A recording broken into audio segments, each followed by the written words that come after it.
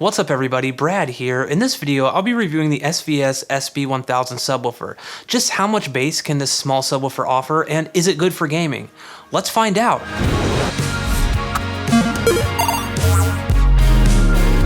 First off, a big thanks to SVS for sending in the SB-1000 for review, but this is not a sponsored video. The views and opinions in this video are my own, and SVS will not be seeing this video before it goes up on YouTube, and they have no say or no idea what I'm putting into the video. Also, if you're new to the channel, I post home theater and gaming related content every single week, just like the video you're watching right now.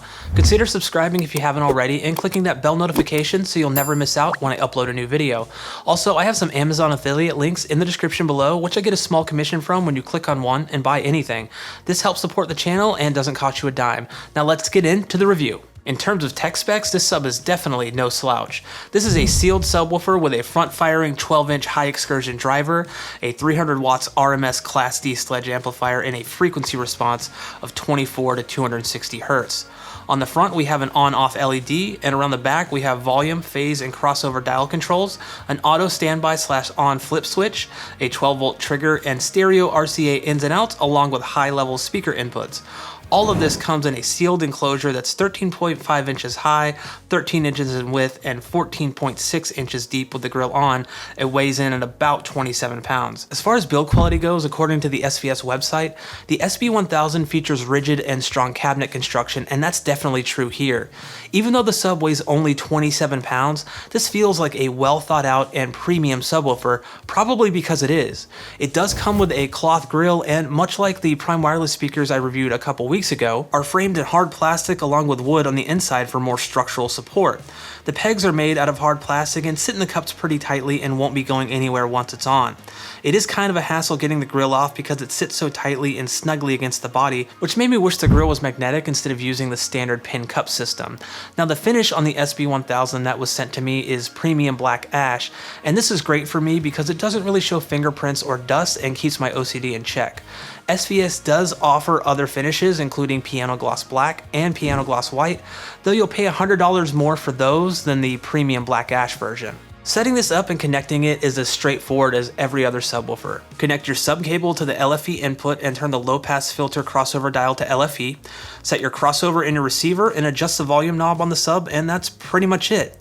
If you need to use the line level outputs, just know that they have a fixed 80 Hz high pass filter that can't be changed. Initially, I worried that the overall sound quality, output, and extension of the sealed SB-1000 wouldn't be able to match my other subwoofer, a 12-year-old ported SVS PB10 ISD. This is mainly because of the common differences between ported and sealed subwoofers, with sealed subwoofers typically having flatter response over their frequency range and better transient response with stop-on-a-dime driver performance. But they also typically require more power to hit the same output level as a ported subwoofer, and they also don't dig as deep into those octaves as a ported subwoofer can, such as 15 Hz for example. After taking my PB10 ISD out and replacing it with the SB-1000, I reran Odyssey and honestly prepared to be disappointed. I've been in this hobby for about 20 years using ported subwoofers, and I just thought that there's no chance a sealed subwoofer could even compete. And boy, was I wrong on that one. Honestly, I was immediately struck with how clean and hard the SB-1000 hit. Playing pretty much every bass-heavy scene I know of, from Aquaman to War of the Worlds, I just honestly could not believe my ears. This tiny little box, this 13 by 13 cube, was putting out monstrous bass that was literally shaking my couch. It sounded tight and effortless with zero distortion, and this was even after having to jack the volume up to 70% on the sub itself during calibration to get a proper level.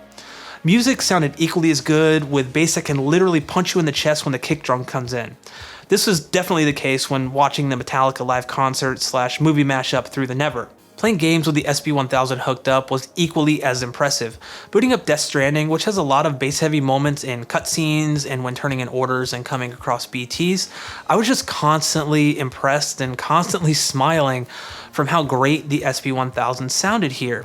Tight, impactful bass that honestly dug a lot deeper than I expected. Really bass-heavy games, like Modern Warfare for example, have a tactile feel to them that I just didn't think a sealed subwoofer could ever pull off, let alone one of this size and in this price range. According to REW, Roomy Q Wizard, I'm getting decent output down to 20 Hz in my room, which while not as low as the 17 Hz I get from my PB10 ISD, is still amazing all things considered. I'm truly and definitely impressed by the sound quality and performance of the SB-1000. Also, I recently made a video going over what I did to mix the sealed SB-1000 with my ported PB10 ISD.